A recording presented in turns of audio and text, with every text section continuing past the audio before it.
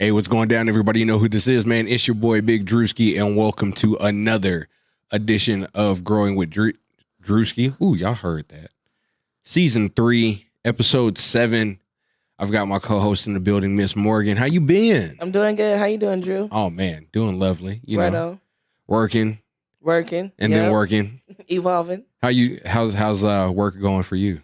It's going good. I'm working at home right now, so it's pretty good. That's a blessing and a half. I'm telling you. Staying out of the atmosphere right now. I'm telling you, ain't got to be in the germs, and you can be in your own home. Yeah, it's pretty cool. Awesomeness. Yeah, that's dope. What do you do from home? Right now I'm just working in customer service right now. Even better. Yeah, you get to sit on the couch and hi. So, what is it? No, I'll transfer you to another department. Thank you. Clearly, he never worked customer service before because it don't be like that for me. Like I work customer service a lot. I try to delegate these problems to other people. Okay.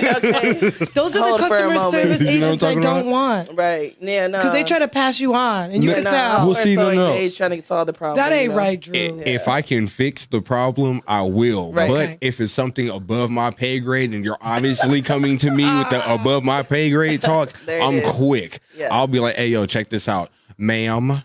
Right. Look, ma'am, there's no need to be disrespectful. There it is. But what I'm going to do is I'm going to transfer you over to somebody that can handle your problem better than I can. Okay. I love your honesty. I mean, there's nothing. I mean, in that kind of world, there's the only thing to do is be honest. Either I can help you or I can't. And if I can't, let me get you to somebody who can. So you know what's funny? I feel like it's like that more often now. Like they want to send it. Like I can tell they want to send my call away more often now. And I think that the whole quarantine thing kind of just gave them like more of an excuse to do that. Whatever. Call. Yeah. So y'all heard the voice. Y'all saw her on the camera. We've got activist, model. Retired. No. Well, I'm like 40 years old, guys. Ooh, she lying? I am. She is lying. 1982. I'll be 39 this year, November 26th. Get out of here. Yeah.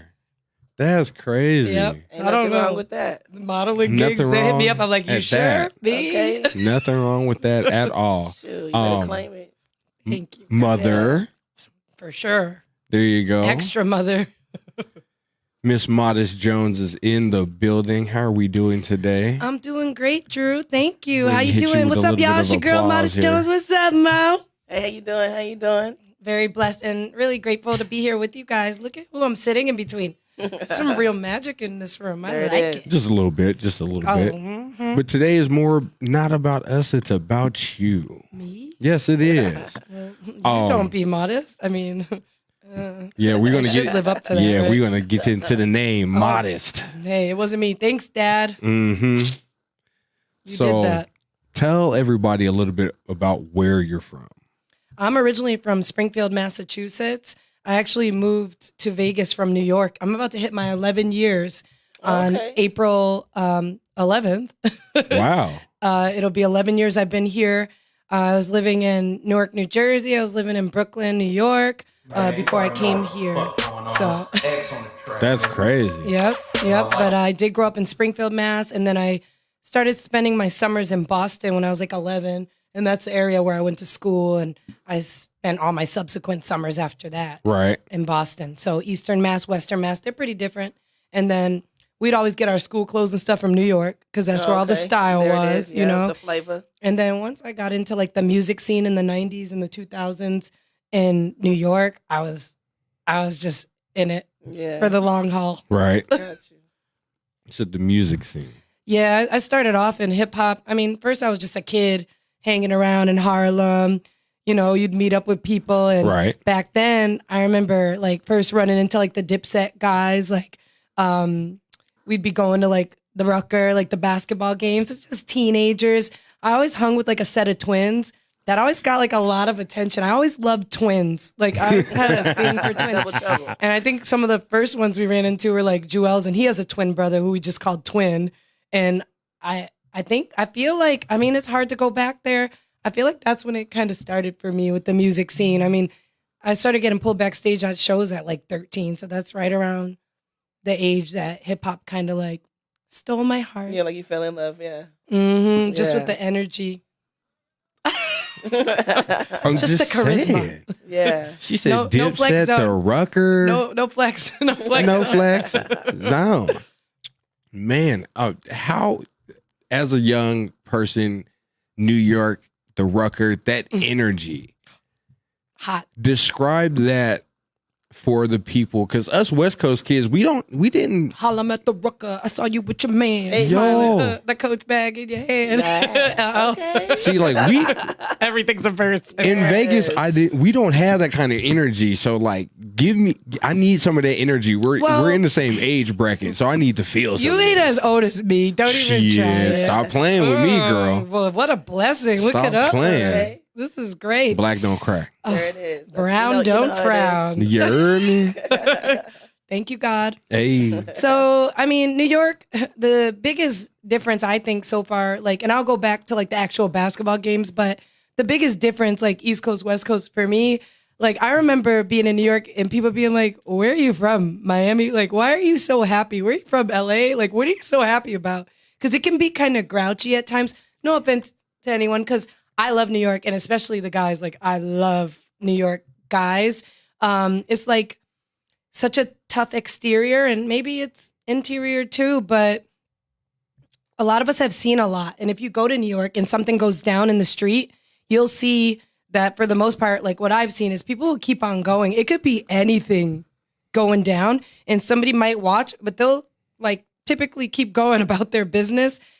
That's a little different than here. I mean, yeah, when we're here on the freeway, we see drunk people in strange positions and whatever else they're on.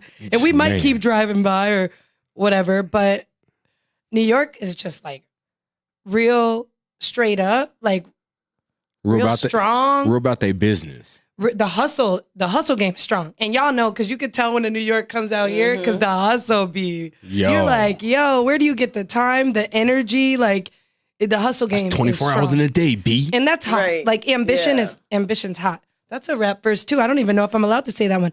Ambition makes me so horny. I can bust it from the front end. Who is that? See? Emil, Jay-Z, right? Yeah. Yeah, Emil and Jay-Z. Jeez, can I get a what? Are we going to do this whole time? I'm telling you, we're going to keep this rocking today. Nice. But that's like the biggest thing, because I felt like being more upbeat and like happy-go-lucky, all looking for that law of attraction, positive energy stuff, which I kind of learned a little late, guys. That was more accepted since I've been on the West Coast. The Rucker, it was like, we were young, and the guys, like, I grew up in a basketball family anyway. Like, my brother played ball, all of the homies played ball.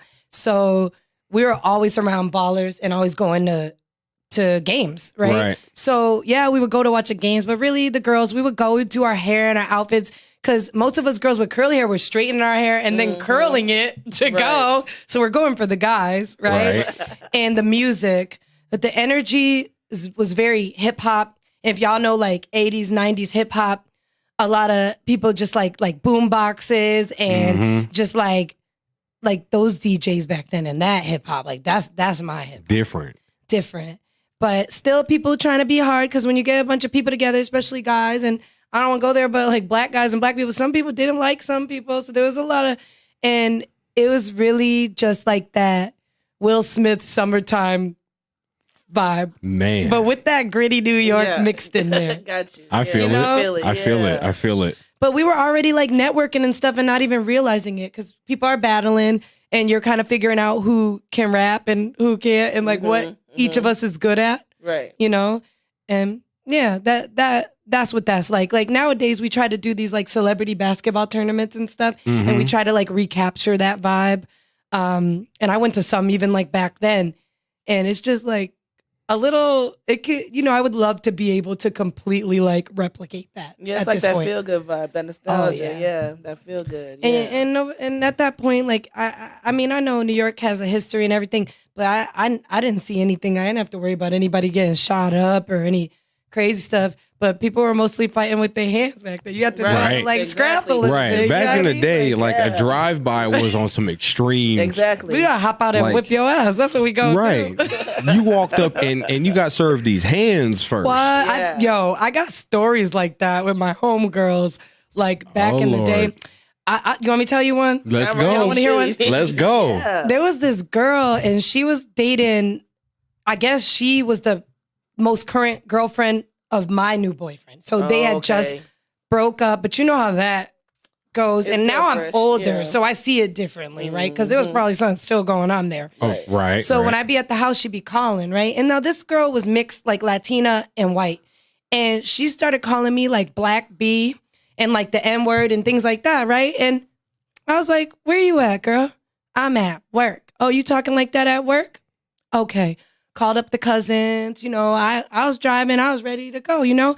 I found out she worked at Home Depot. Oh. Okay. And now we call it a Home Depot. Like my cousins be like, you pulled up there, you Home Depot'd her ass. Right. Like I went right up. And I remember I was gymming and stuff, and I was exercising. So I had my like Jane Fonda workout outfit, my sports bra. Because back then I could wear just a sports bra, y'all. Right, yeah. And like biker shorts. And I literally pulled up, had the girls waiting, you know, the getaway car and everything. Went up to her register, which she clearly didn't know who she was talking to because she didn't even recognize me. But y'all know I am a chameleon. I can change my look like it's nothing. And I walked up, and she must have thought I wanted something, but I came right back there with her behind her register. And I Home Depot'd her. And you gave her them hands, I did give her the hands. Depot. We didn't need no Home weapons. Depot her. Give her the I young don't fight jock. anymore now. I mean, I don't really be in positions where anyone's putting their hands on Right, me. wait, or- you talk about it, be about it. I mean, if you're going to be about it, then be about it. Those words were such a trigger to me back then. And I'm not going to say they're not now. I would presume with the amount of like positive energy I share with people, I would hope they know not to come for me in that way. Because Right. why, if you can have all the vibes, like why would you want the flip side? And I try to Right. Why ask would that you to my want kids the too. negativity? Just as happy as you is, you can get the stinger too. So, Right? you know. I mean, everyone has experienced some kind of pain that they can black out to. Like it is. nobody wants Man. that. Yeah. So Nobody. I Home Depot'd her, and then the cousins was waiting, and we skirted off, and that was that. I didn't hear none of those is words what from it her is. again. That's the Right, funny yeah. thing about these stories, you know. Once that happens, you don't hear those words Yeah, anymore. you can grow from it. Hey. You can grow. I love the growth here. Yes. There it is. There it is. There it is. You look good on camera, Drew. Look at you. I try not to. Don't hurt him. I try not to. Don't hurt him. So you try not to, but I mean, it's coming through. Okay, shine on. Shining, shining It like a is. diamond. You know what I'm talking about? Okay, Like shine my bright like a birthstone. diamond. Yeah. I like that. Okay.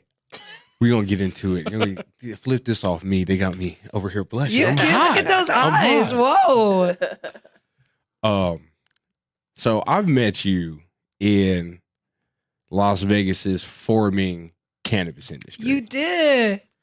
And when I met you, I think you were a brand ambassador for a company at that point. Yes, and I think that I started to be around you and your squad as I was forming that relationship with that brand. Yes. Yeah.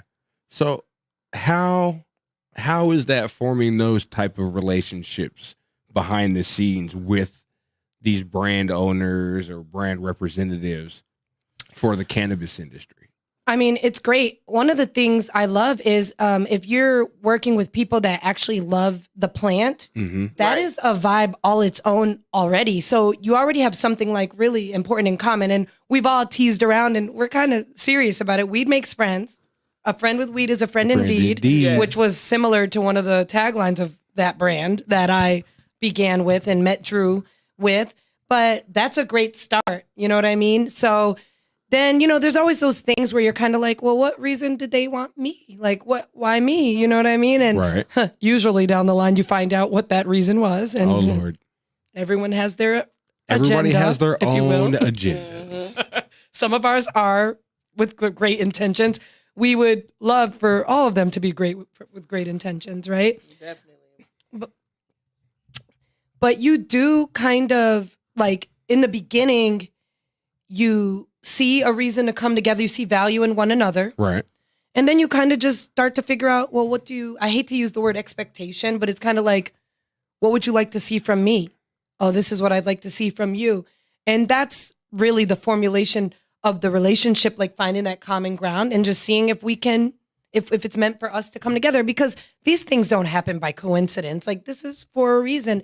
And even that brand was a major stepping stone for me. course. And I knew at a certain point that it wasn't the brand for me, Right. but it was a brand. And Right. as we talk about sometimes, Mo, just having like a way to get your feet wet in the industry is just sometimes enough, because there's a path set out for us. So that's how I feel about those relationships. And, it's just like getting into any relationship. Sometimes in the beginning, you meet an actor, if you will. Because, I know about being an actor on TV and in film and on the stage. But in life, I tend to not be an actor when we're being genuine and we're, Right. But there's a lot of people that aren't actors by trade, but they are actors in their life. And just like when you meet somebody and start dating, sometimes you get hit with the imposter. Right. You get hit with the representative. I like that word, representative. Your representative comes out on the first 90 days. That's how it happens. I see that with the some trial period. The trial period, because look, the 90-day holdout is real. I've seen lots of that. Some relationships are formed in that way, to where they really try to test your mettle for 90 days and see what they really can either get away with, what they can't get away with. They feel you out. So that 90-day trial period is real, even in business, like you were saying. Well, some of them are like that until they get caught. Ooh. Or as long as they can be, And, So you're telling me, so you're telling me that there are a lot of people who misuse their positions. Okay, so I was thinking more like this direction. We can go back to that if you'd like to, but this is what I was thinking. Let's steer it. I was thinking in our industry, like the actual cannabis industry, where everything is, I would love for everything to be for the plant. You okay? I would love if we were all really vibrating on a higher level. And I know all of you that have heard me speak, I say similar things all the time because I mean what I'm saying. Like, these things are important to me. But if we're vibrating on a higher plane, because we're working with this plant and it's about good vibrations, high vibrations, elevation, which is a great word that you use. Right. Exactly. Then please present me with your most genuine, best version of yourself at all times. Because I even notice when I'm with my plant, I stand straighter when I'm high. And I pay attention to things that I typically might slack on or slouch on, if you will, Right. So why wouldn't I just be vibing, right? Because I'm up off my cannabis. So I haven't always gotten that.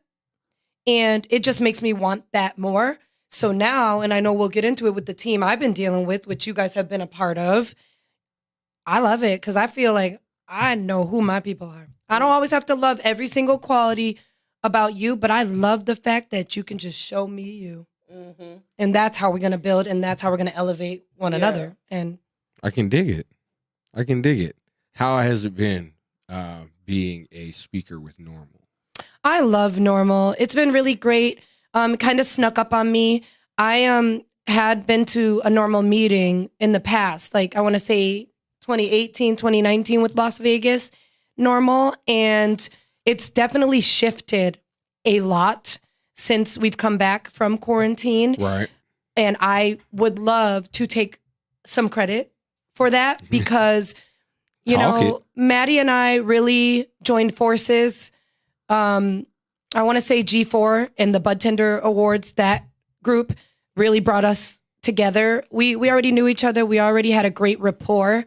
But it actually, between all of us, I had a dream that got me to call Maddie after G4. We had a great conversation at G4, but following G4, which if you guys don't know, G4 is, you need to know. Ask somebody, ask me. G4 Live Expo, it's a major cannabis convention that we have here in Las Vegas. It's been previously at Mandalay Bay. Okay. And the next one that's coming up in May is going to be at Resorts World. So if you guys haven't been there, you need to go there because it just opened up not too long ago. Oh my gosh, yes, that place is fantastic. The pool is fantastic. Yeah, neither have I. If you guys get a chance, especially as locals that get discounts, get a pool view room. I'd suggest you do that at Circa too, but it's great. But at Resorts World, when you look out at the pool, you see this ginormous chess set. And I'm a person that loves Alice in Wonderland, which probably doesn't surprise you guys. And I love Wu-Tang. So you guys know I love chess, okay? Just put it that way. And the crazy thing about me and chess is my kids actually taught me to play chess on a skillful level. I've had chess books and I've kind of played with it over the years and I always wanted it, probably mostly because of Wu-Tang, right? The kids are the ones that really taught me where I know chess. And it's ill because I feel like I've been using those applications in my life for a long time, but being raised around 90s hip hop OGs, like you're going to get chess because that's how a lot of people play their life, you know? And never for me, never from a place of like, always from a place of good intentions, put it that way. Because we've all, like a lot of us have read The Art of War and 50 Laws of Power. And we know like, you know, get ready for war through a peaceful time, Rick Ross, like, you know, different things like that. But let's utilize all these tools we have in our business and in our lives and raising our kids and everything and raising each other and ourselves in a positive way. It's great that we know, but we're not like attacking everyone. Right? There it is. Message. Message. Y'all don't know about I Live in Color. Message. Man. Okay.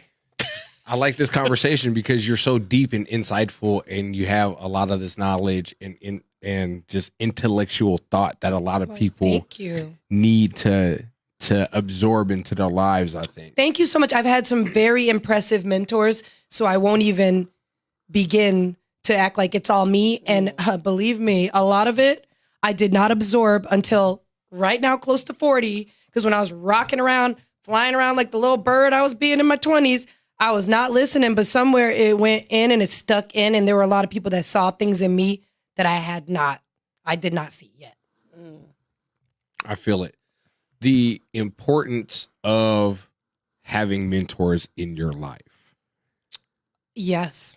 How did it affect you to become a more positive person? You know what? I'll take it from right here. I won't even go back because, you know, we're moving forward. And if you want to go back, we can because we could tell stories. But I'll take you from right here, how important it is for me to have people that I feel like offer me a vibration that raises mine. Okay. Because I already feel really like high vibey, right? Often. I'm not perfect. Naturally. I'm still a human. I'm a single mother of 3 boys, 2 of which are twin teenagers. So I am not perfect and I'm not always perfect vibes. Let me put that out there. But being able to come around people where I come out better and I'm not just like drained. Yeah. Where of course I'm always going to give because I give. It's just me. But to have it mutual and it comes back. One of the most important things I think I learned was to be in receptive mode and to be able to receive as much as I give. And when I get around those that lift me, whether they're just everything's not financial, but with more finance, you can make more change and you can do more and you can provide that legacy and help with generational wealth and buy back our 40 acres and a mule, et cetera, et cetera. We deserve way more than that. Definitely.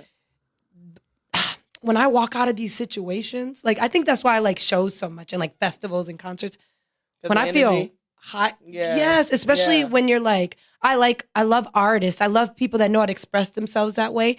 I'm a wordsmith, but I'm not a rapper. You know what I mean? So for someone to be able to get out there and the charisma and command the attention of all these people and like connect with me too, so that I feel like it's personal. Like, for instance, at Life is Beautiful, this most recent one, I was able to take my break because I'm a VIP bartender at Life is Beautiful every year. Okay. So I was able to take my break during Ludacris's set. Oh, I know I got in trouble because I couldn't leave. Like I had to stay the whole show. But I remember I was standing with my girl and he was talking, he was doing his thing and just like engaging with the crowd. And at one point I felt him so hard it was just like that I gave him one of these. Yeah. Right? Yeah. And for the rest of the show, he was giving it back. And my girl was like, I love you. Because I was in VIP and I was right in the front and it's me. And I'm like, I'm kind of hard to miss. Like, but I hadn't seen Ludacris. Like I haven't seen him in person since I was probably like maybe fresh out of high school and college, but maybe still like a senior in high school or something where I actually vibed with him.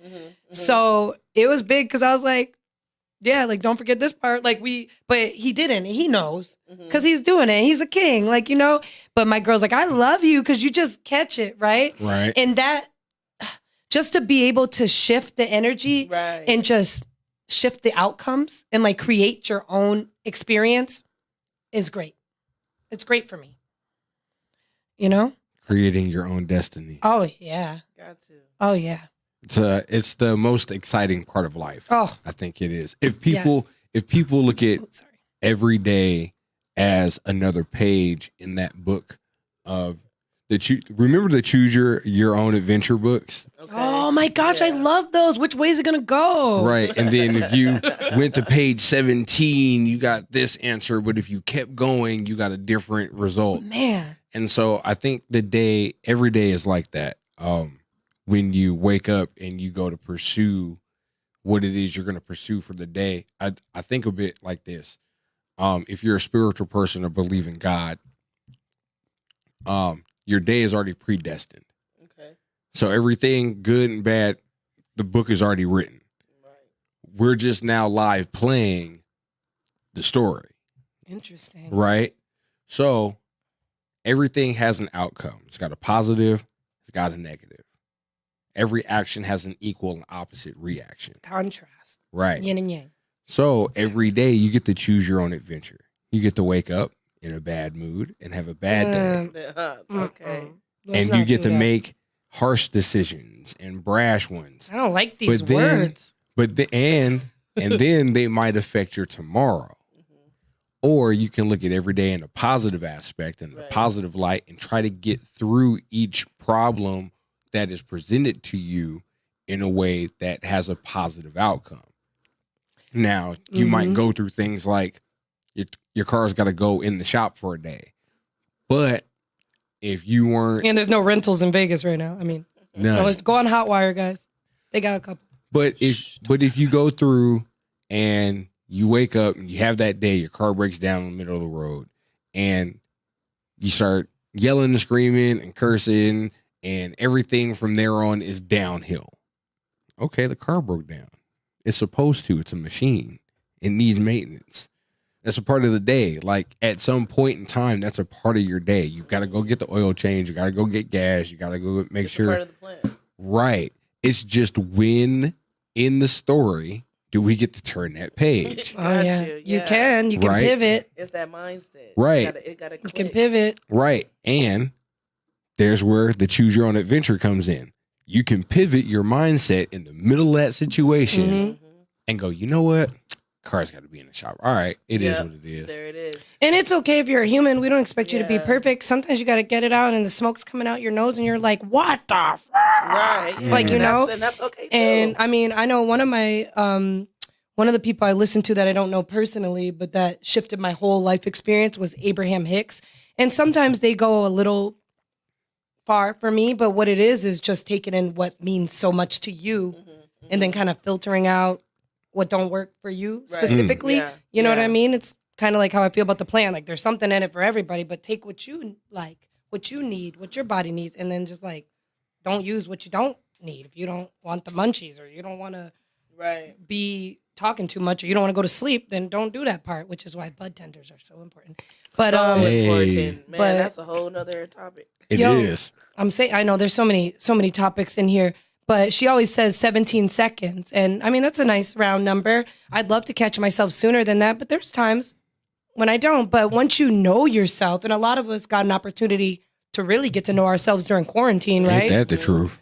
Right? So once you know yourself, you know what helps you shift that energy. Like we all got triggers and we've all got things that help us get through things better. For a lot of us, it is cannabis. Could be exercise. Jumping rope is great. Swimming, nature. Your grandma's cooking. Your mom's cooking food. Your own cooking. Cooking is therapeutic for me. Yeah. Just chopping vegetables is so therapeutic. Cleaning, all of those things under the influence of cannabis. Have you done that on weed though? On weed though. But once you know that, it's like, I'm going to church right now. I'm going to the gym right now. I'm going to my boyfriend's house right now. I'm going to my wife's house right now. Like whatever that is that shifts it, it's like about knowing yourself enough to go at least reach for it. Like meditate, pray, whatever works for you. Some people rub the lotion on your leg. I mean, put the lotion on if that's going to make you feel better. Yeah. So I'm like the very first thing I would say with everything you said that was super insightful. And I get it because we're humans and I've had days like that. Okay. The thing that I would say is number one, let's watch the words that are coming out of our mouth. right? And we're not perfect, and we're going to catch them, and sometimes we're going to hear them, and they're not going to sound good. And sometimes if you got a good friend, they'll say them back to you, and you're like, dang, I sound so crazy right now. Because sometimes you got to hear what you said. Because I'm very literal. So I'm good for saying stuff back to people. Like, they think I'm just like an asshole, right? Obviously. But I'm like, so what you're saying is you completely just contradicted yourself, like right here multiple times. And then they're like, oh, like I'm sick of her. But you said that. Like, right. I go off of what you said. So when you start catching, you're like, ooh, I shouldn't. That sound crazy coming out. Like how those words, like brash, and there's words people say to me. Like some people say sorry to me a lot. Like I don't like that word, and I had to learn how to unlearn sorry, and learn how to apologize or how to shift it or whatever. Because I ain't never sorry. Well, sorry and like even love, and we can go there too because I'm sure you want to, Drew. But they're just so overused that they lose their value. There it is. And I wanted to say something so we can go back to this too, but because I said lose their value, overuse, a lot of people, especially in our industry, are overusing the black thing and the racism thing and the racial profiling thing in the wrong way because it's a real thing that a lot of us are really passionate about, that people have died for and like suffered and were tortured for, and people are using it for why people aren't messing with their company when they're using bad practices, right? So don't make it black if you're whack, okay? Because if it's enough going on that's happening to us that we're losing out because we are black, and my bad, because I just got on fire real quick, because something about us saying things losing their luster because people are overusing, that just like really pisses me off. So take a deeper look at yourself before you make it like a black struggle, especially if you're not even black or you're saying you're black owned, but it's really owned by somebody else in your family that's not black or whatever. But don't do it because a lot of us have been called these names and have been oppressed in ways that we can't move. We haven't moved as quickly to where we are going yet because of the color of our skin. So, man, that came out of that. So thanks God, the message has been. The message is very clear. This is what this platform is for. Yes. But that's the loss of luster of things. You're not lying.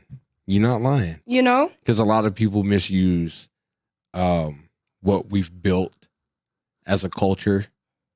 They not even misuse. I'm not going to say misuse, but misrepresent what we've built. So a lot of us try to go and use good practices and try to be above and beyond what we're stereotypically known for because that word is spread out. And then, like you said, we get equated with, black owned, and then it's a negative connotation. Well, we'll merge it together. Once somebody sees you doing something mainstream, you, Mo, me, they're so sorry. Right. That they didn't give you the opportunity before, or that they, whatever. Yeah. They're so sorry, doing the same thing over here. But you're so sorry now, but you're not. Like, well, you're sorry, motherfucker. I mean, okay. Talk to him. But those words, and you love me now, right? I love you. Yeah, I was just, before we came here, my wife and I, we were watching the Dave Chappelle special. The Closer? Yeah. Oh, that's some good stuff. And he said something so profound talking about like between the LGBTQ and black people, basically. So when you're LGBTQ and you're black or you're white, okay, so if you're white and you're LGBTQ, you're black and you're white, and that's what it is. But when you're black, you're just black. So when it's time to be like unified, you're unified in the LGBTQ. Right. But when you're around a black person, you're just black. Yeah. So it's like that's why it becomes even a smaller minority. You know what I mean? And this is all part of that Sun Tzu and the things we were discussing earlier that we should have consciousness of, but actually putting in place divide and conquer between people's skin and sexes and disabilities or whatever it divide. Do you guys not see it? I mean, you wear a mask. I don't wear a mask. I'm vaccinated. You're not vaccinated. We're separate. There's a whole bunch of divide and conquer going on. So then there's like little minorities everywhere. Easier to sweep away the dust because we're all spread out instead of us being together, solid like a wall. And we're strong and like get through this. Right. And one of the things you asked about NORML, that's one of the things I'm loving NORML right now, because I feel like the wall keeps getting stronger and strong. The crew, the conglomerate, like the companies, because it's not just individuals coming. These are companies, and the ones that aren't companies yet, we're helping build you guys up to be companies. Right. And I honestly, I told Maddie like this, and I've told a couple other business partners, I don't mind a couple years if we're just all Mo for 2 years. Let's just do all Mo right now for 2 years. We're gonna do that. And then once those 2 years, we'll see where we're at. We'll make it make sense. Make it make sense. I'm sure we'll have a lot more to work with by then, right? Right. But let's be all modest for 2 years. Let's just see how it goes. And we'll work it from there. And now we're gonna be all Drew for 2 years. Let's just do that. And I think that will work out just great. So free game. You don't have to hit me up for consulting fees for this. Well, since we're giving out a little bit of free game, we're gonna little bit. Oh no, we're gonna drop a little bit deeper into this. What would be the importance of doing a singular push instead of trying to push the conglomerate? I like this because when it's your baby and it's your business and it's your dreams, your goal, your path, you're always going to cultivate it in some kind of way. Like whether it's the way you meditate in the morning or what you made for breakfast or just the fact you're going to answer all these emails, you're going to answer all these DMs, you're going to respond to these calls. There are things you're not going to turn down because they're going to bring a significant amount of capital into your household or a significant amount of gain for your company, right? But when you can, and it's so crazy because I was just reading Rick Ross's new book before I went to work today, and he was literally saying, if you could just funnel it all into your tunnel vision into one, and this is my own words, guys, not his words, but it's the vibe of it, into one thing to like be a genius at. And he was saying, and of course, I'm not going to quote him perfect because I only listened to it once so far, but it was like, I always get a book and I listen to it too. So I'll read it, but I'll listen to it in the shower or when I'm cleaning or I'm on a road trip. Oh yeah. You know, because I like, especially when it's in their voice, that book's not in his voice. I like when they're in their own voice. But he was saying, if you don't put in, say it on the positive. If you put in at least 10,000 hours at one particular thing, that's when you can be like a genius at the craft. Or that's what I took from it, you know? So I just feel like for you to feel that supported for those 2 years where you have me and all the resources I come with and my business and what it comes with, but it's about you. So if I get up and my schedule's going to be centered on you, obviously there's things that will come, like if I got to take the kids here or I got to do this or this is better for my business, of course. But we're being like logical here. Like we got to make it make sense, right? But if it's about you, you feel that support and you feel my light and like it makes you believe in yourself even more too, right? So we're only going to focus on that one thing and we're like really cultivating that one thing right now. So that's why I think that's important. And at the same time, the other businesses are going to grow, but that business, and of course we'd probably choose the one that's going to be the most lucrative and that has the most influence. Maybe it already has the biggest following, right? Or it has somebody standing in the front of it that is the most famous because, you know, nowadays, that's all everybody cares about. And like, shout out to all the people that have like created a life for themselves and generated wealth that created fame for them because they're in Forbes or, you know, a million people know about them or their message touched that many people. But I do find it to be really sad, especially me raising my boys. Everything is about who's famous and how they're connected to the Kardashians or whatever. Like, you know what I mean? Mm-hmm. So I do like to push that person or those people to the front because they're going to get all the attention. They're going to get all the sales. And of course we're going to get some, but let's ride that wave of that fame right now. If that's somebody from our inner circle, get it because that's the social media game. You know, I have mixed feelings about social media, but I do make money from social media. As do we all. I book a lot of work from social media, you know? So having a following is important. It is. Do you feel that it's the numbers in the following or it's the people following you? Well, let's take this for instance, for an example, because it kind of like mixes a couple topics in one, which I'm great for doing. But it'll bring you to another segue. When we were at the last normal meeting, it was more of like it's becoming, we have our meetings, we have our topics, but they're more like mixers. Lil Rach, cannabis, she doesn't like that word, a cannabis activist that's modeling in the game and everything, but very centered on cannabis. She got banned, which I'm shadow banned right now too, guys. You can follow me, but I can't follow you back right now. Ain't that bad? Hopefully I can tomorrow because they said I could today, but I can't. So, but they took her page down. So to answer your question, she had all these contacts. And when she would go from, this is what she told us at the meeting, when she would go from city to city, she would reach out to these certain people, or she would just post she was there, and she would get flooded so that she could like make money in that city and connect with those people in that city. Right. And a lot of times get product in that city because that's that life, right? Mm-hmm. When they took it down, she didn't have access to that anymore. So whoever's following her now, that from jumping from whatever she has now, 20s of thousands or whatever, from she had hundreds of thousands, it's going to be different. And the money going to be different. That's less people that are seeing you and seeing what you're doing, and that's less opportunity. You could have an opportunity today that someone called out and they're not going to show up, and then you're like, oh my gosh, Modest is in Vegas. Modest. But if you can't see me, you might not think of me. Right. Okay. You know how on LinkedIn, they'll give you like a reminder that it's somebody's birthday or that it's their 10-year anniversary at work? Yeah. I literally responded to a guy I used to work VIP Life is Beautiful with that started his own business, and it's art, and apparently they're infusing cannabis in whatever they're doing. I literally sent him one of those generic like happy anniversary at your job. He literally wrote me back and like, oh, Modest, I've been meaning to call you. I have this cannabis event and you're perfect. And literally, if I didn't send that little bubble that LinkedIn like provides for you, he might have forgot that I'm like the self-proclaimed canna queen of Las Vegas. No, hey, just kidding. But I like it. You know what I'm saying? Yep. So just things like that, just a visual, just a reminder, and us all believing that things are meant to be.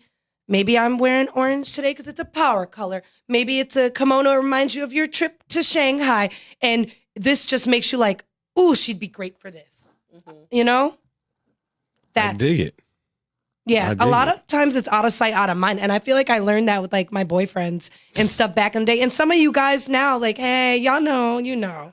It's like, they cool and we don't, there's crickets. I don't hear shit. I don't see shit. And then when you see me, you're like, oh. Oh. Yeah. Oh, your energy. Oh. Literally. But it's like, oh, you forgot what I looked like? Oh. So that picture of me on my IG when you left me on red or whatever you did, that wasn't it, but oh, you feel me now because I'm here.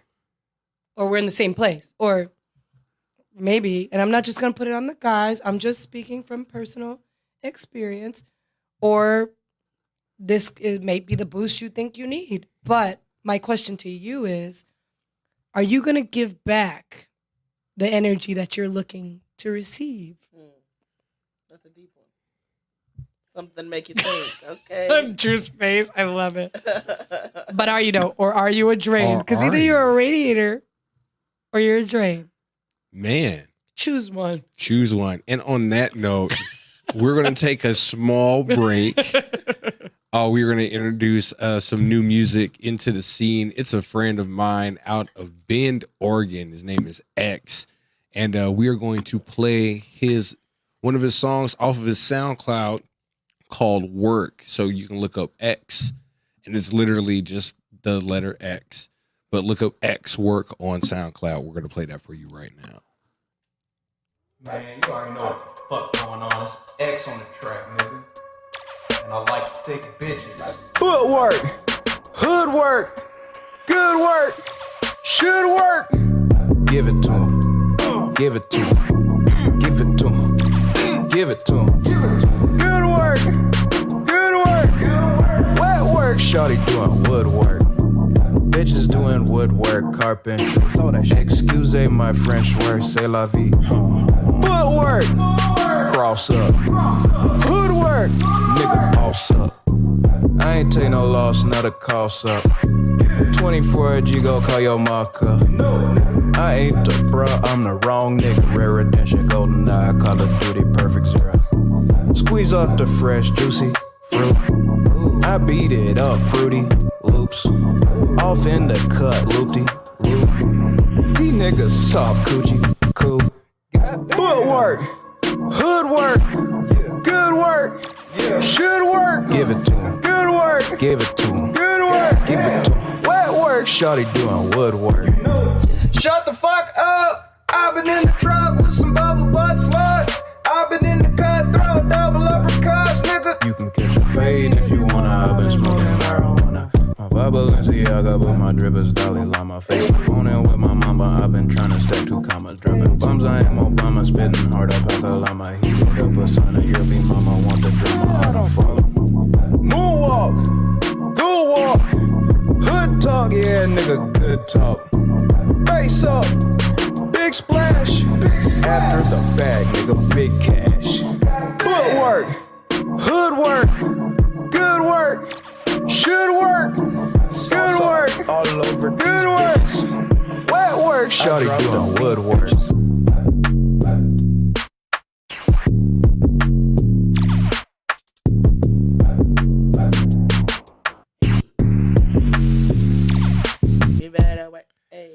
Hey. Shout out to X. Hey. Shout like out that. to X. I heard that marijuana. X with work. Check him out on SoundCloud. Check him out on Instagram. It's X with some cheese on it. Oh, X okay. WITSUMCHZ on it. X with some cheese on it. X with some cheese on it. Shout out to my boy X, man. He's got another track I like called 2K. Super hard. I can't wait to hear it. Yeah. Next week, we're going to play another track from X. We get it going in, but we're bringing back Modest. Hey.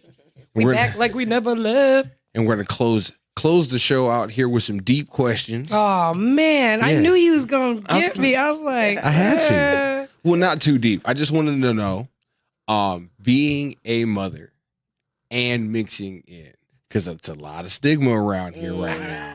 Okay. It's a big stigma around here. Parents He's talking and about cannabis. not too deep. Deep as the abyss. Parents and cannabis. Yeah.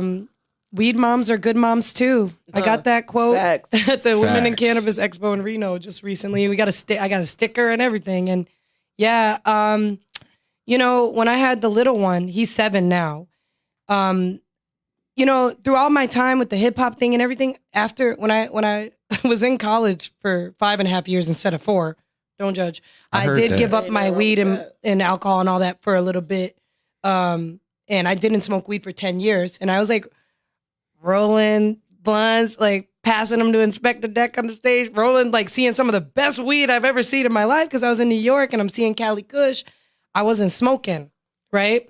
You were rolling blunts and I wasn't smoking. And I literally loved the smell of weed. I loved the look of it. And I was literally seeing the greenest, most weed like that and not smoking for 10 years, right? And it was just something I had already disciplined myself or whatever was going on with me. But when I had the little one, it really helped me. And I've told this story before. It really helped me to leave his dad, which I needed to.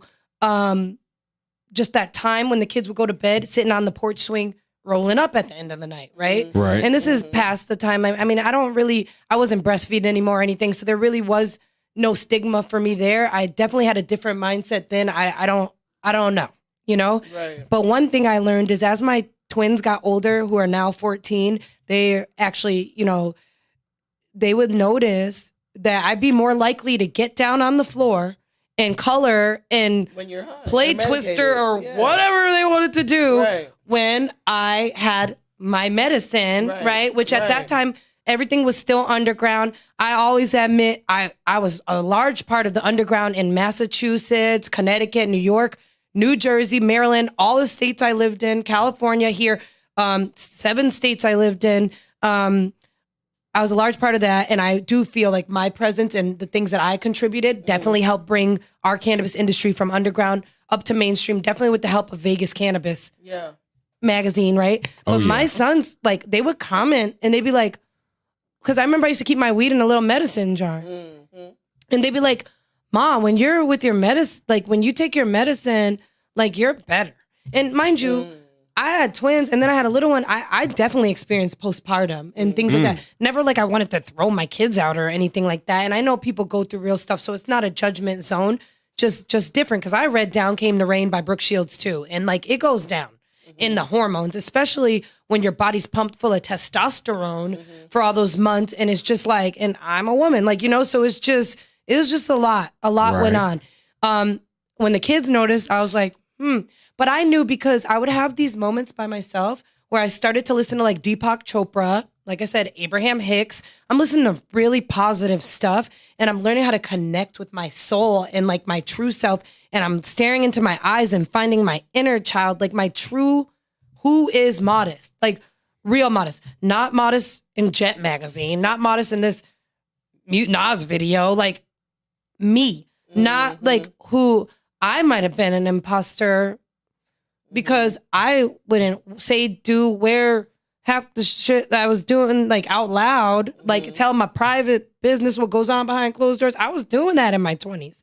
So when I started to self-love and self-respect and be self-awareness came later for me. But, you know, I had him around 33, you know, I had him around 31. And I started to self-forgive. And that was me working with my plant. And I saw something that really resonated with me. And I gave a funeral to all the things that did not serve me anymore. Because people have been transitioning like crazy even now. Right. But for me in my life, I grew up in the hood. Like the boys are very emotional and they don't have dads and they kill people and take them out of this experience, which is like a lot. And there's a lot of gun violence. So I was thinking, gosh, there were so many people that left this life experience and not left because they transition. The spirit still exists from my beliefs. Okay. The soul still exists. It can't be destroyed. That energy can't be destroyed from what I believe. And I trust like you believe whatever you believe. But when I couldn't see these people anymore, I lost people in high school, college, you know, now, whatever. And it's like, you're gone and I don't want you gone. But there are people here around me consistently that I don't want around me. I don't want them to necessarily leave this life experience, but I started not giving a funeral to people, which I did get there at one point where they were just like, well, you're gone because grandma, I want her here. She's gone. Like, I don't want you here. You're gone. Like, you know, I gave a funeral to, well, we're still working on vanity and like talking too much, but there were things that I had to give a funeral to attention-seeking behavior.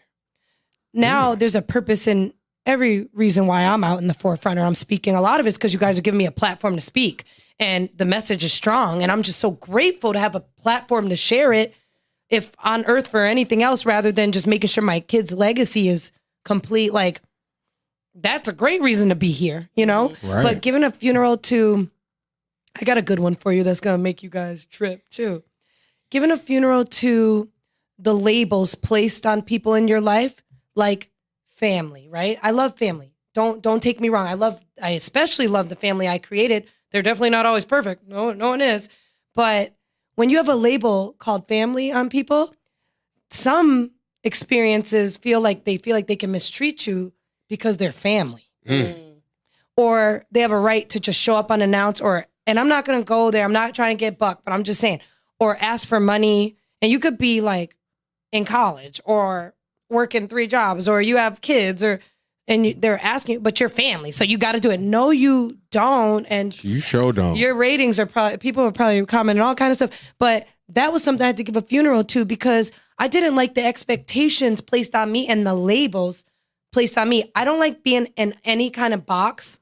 And in relationships, if anybody's here that's tuning in that has been in any type of relationship of that kind of way with me, once you put me in a box, like I'm the bitch or I'm the annoying, I'm the nag, or I have an attitude every morning with the kids or whatever, it's a box that you're like presuming that I can't come out of or that I'm not going to shift or growing, elevate, from that. right. Like, just go. I love you from over there. Go over there and be loved.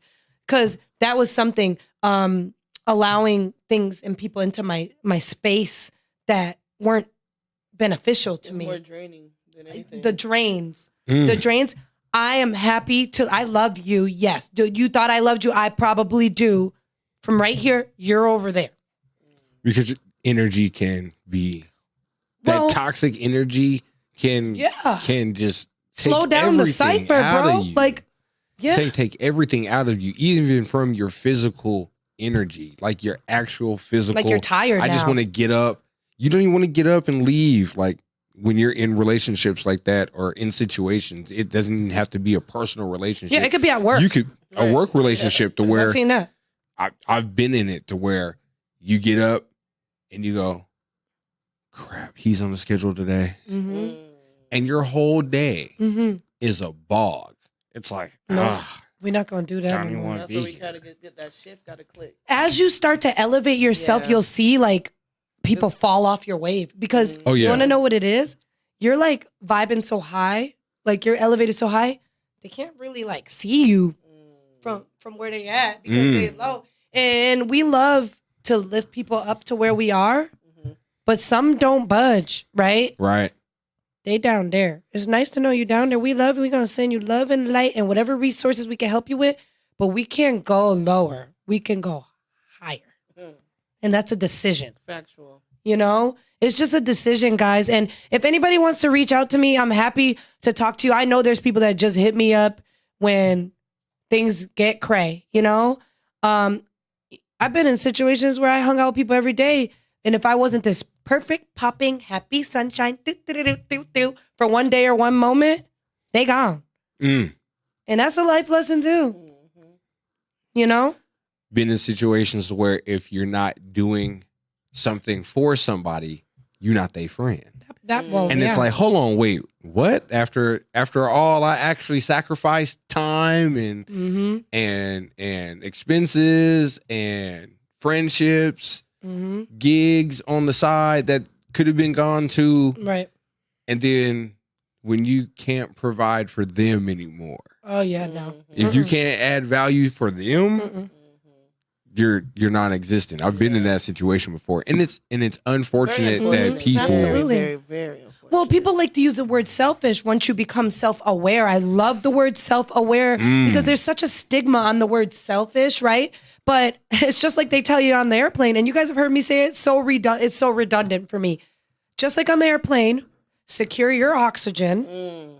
And then you can help all these people. Everybody else. So all you guys get in that leg room in the exit row, because I do it, I'll save all y'all. But I'm going to secure my air oxygen first and make sure I'm straight. You guys with kids, we're so hard on ourselves. But a happy parent, and I know happiness can seem like Modest lives in Candyland, everything has not been perfect for me. Those of you that have been following my career and my life, you know. And just imagine raising 3 sons to age 14 dolo and know that I'm a human.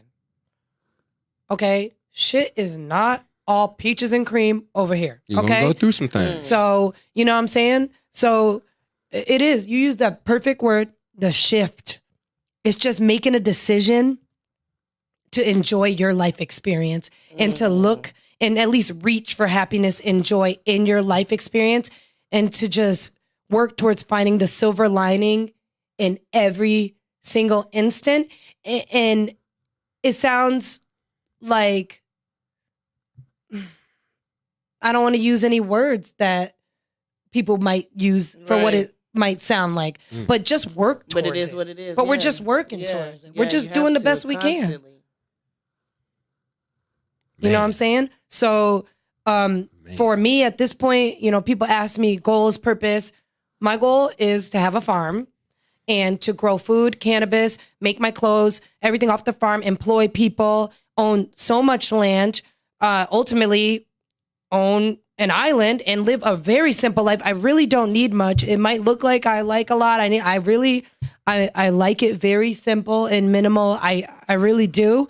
But the goal, like the one goal of like reaching self-actualization, what that means to me is just continuing to cultivate my soul best I can and just start patching up those parts where I probably wasn't doing the best stuff and I wasn't making the best choices and I wasn't my best self. And even those moments where I had that funky attitude, we've all gone dark, shut all the blinds, shut the lights off, we going dark, man. You know, like just patch that up so I can do better next time and share that experience to lift somebody else up and bless my soul in that way. Because this is the part of me, man. Yeah, you're like that though. Like you're uplifting. And it's nice when it could be reciprocated. Like, I remember that time you gave me the look. You made me feel so good. What can I do for you? Like, where am I at? And I feel like you and I had a DM conversation kind of like that. And I always know to keep you in mind. But one of the things we're doing is pouring into ourselves and pouring into our businesses so we can pour some into the cups of the other ones in this tribe, this like-minded tribe that's kind of like been lifted to the surface after survival of the fittest or the rapture or whatever's going on out there. Right. There's this like leading edge thinking tribe that's like, that seems to have a lot to do with that plant we love so much, but it's a tribe. And I'm telling you, I think, everybody that I have had on this platform at least has a connection to the plant in some way, shape, or form. When you feel like you want better for yourself, you know, you got to do the work, and it's more rewarding when you see it fall into place. It's like, okay, I did it, you know. I'm doing it, you know. That's right. It's rewarding at the end of the day. And you guys wonder how we can always tie everything to the plant, but look at this feminine plant, right? And, you know, I got a lot of love for you guys, but I got a lot of love for my women. I know what it's like to be a woman, so that's going to be special, right? But Mother Earth and the wisdom, the moon, the power of the universe that we hold, we give life. And it's a plant that's feminine, where to the point where people are scrapping out a lot of the males and some get made into things, but I'm just associating it with our community, right? Not that everyone's feminine, but it's a plant that you have to like, you kind of dance for it, right? And you kind of like, you finesse her, like, you know, Professor Finesse her. And like, and it's growing, and it's like growing. It's like, I love you too. And you're blowing your breath on it. And you're like, yeah. And it's budding. It's like, it's growing. It wants sunlight and it wants water. And it might want some nutrients. It wants some of you. It wants your attention. And it wants you to take shade under its leaves. And then it buds for you during its season. It's harvest. And it everything you sowed and all the love you put into it, it buds. And from that bud, you're gaining like a clarity or a collective consciousness with other consumers, or like a third eye and like a existential level of thinking, or you're gaining like better rest, or you're gaining an appetite because you have some type of disorder where you don't have an appetite, or there's some kind of lack your body's experiencing where you might not even want to be high, but something is filling in the blanks. It might be the CBD. It could be a special terpene. And this plant is a model for the ones of us that are connected to the plant in that way. That's what we're modeling our business after. It's the energy. And I feel like it's smart enough to know when your intentions are specifically money, money, money, being a part of the rat race, wrong intentions. Like from my perspective, not good intentions. The plant has an awareness. It's alive. It's energy. Clarity. Yes. And you think that there's no karma attached to that? I'm gonna need you to wisdom up in there. Need you to think a little higher. Yeah. You're dropping gems this episode. Man. Thanks, guys. Man, I love passion. it. I love it. If anybody wants to get in contact with you, to talk, to consult. Yes. We're trying to bring some bread to the table, so consult. Yeah. Because she can elevate your brand. She can bring awareness to your brand. She's done it for quite a few brands. So, Modest, tell the people where we can find you. Yes. And just so you guys know, I do some stuff on the front, like brand ambassador, where I'm in the front of a brand and some marketing consulting, but I am on the back end too. A lot of brands that you probably don't even realize I'm a part of, I've been a silent partner with for multiple reasons. So that's always an option too. And I would love to be a resource for you. I'm super easy to find. My name is Modest Jones. It is my real name. Thanks, Dad. And again, and I did trademark it because I kind of felt like my name Modest was starting to get used a lot more as a word. The more I was on the scene, I heard it in more rap songs in a sentence, and I get it. It's a word. But I was like, let me just trademark it because I feel like I'm bringing that word to people's attention again with that out of sight, out of mind thing. But when people tell me they can't find me, I'm like, yeah. Really? Punch Modest Jones in anything at Modest Jones / Modest Jones, modestjones.com, Modest Jones at Gmail. I was about to say, if you Google Modest Jones, you'll see her IMDb profile. You might find some of Modest Jones in her 20s. We're just going to call that my twin sister. That's different. And believe me, my kids found all those YouTubes and I had a lot of splaining to do. So just know you can't punish me more than I punish myself, okay? But yes, Instagram's probably where I've been the most active lately, at Modest Jones. That is shadow banned right now, as I did say. So I cannot follow you back right now. Please feel free to send me a message. I'll send you my digital business card. Super easy to find. If you're not reaching out to me, it's because you don't want to. And that's your personal choice. Hey. Yes. Man, hold on. Been using that a lot, Drew. You've been dropping some gems on us here. Miss Morgan, how can the people find you? You can find me on Instagram, Mo Morgan, M0.M0Morgan. Go, Morgan. Yeah. You'll see a lot more of her in my scene. I got some plans for her. She got no idea. Okay, shit, what are you on? Hey. There it is. And everybody, this is season 3 of Growing with Druski. I hope everybody learned something today, got some enlightenment, got some tips on how to enlighten yourself and go through your self journey and learn how to take the things that impact your life in a positive way and use those things. And as she said, give a funeral to those things that you don't need in your life. That's right. Get rid of them.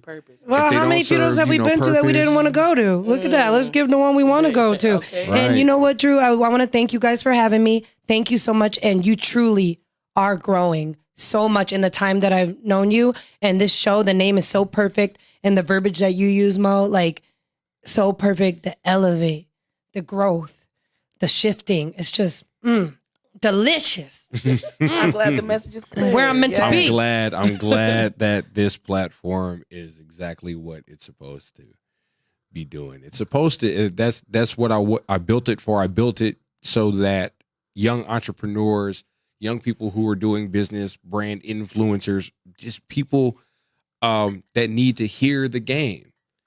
And they, this segment might not be a segment that you needed to hear today, but it might be something you need to hear tomorrow. That's right.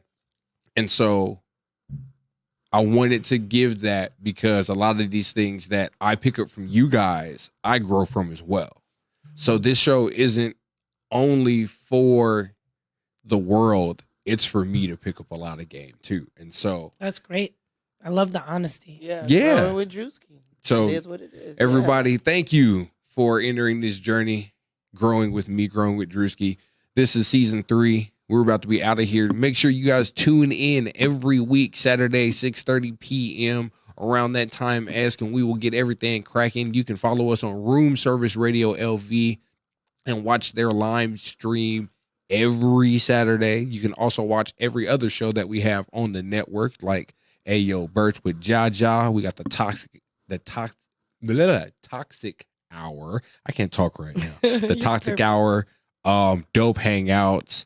We have Kariga's new show, and we've got quite a few things on the lineup here over at Room Service Radio. You guys, thank you for tuning in. It's been a pleasure. We've learned a lot, and game over. We out.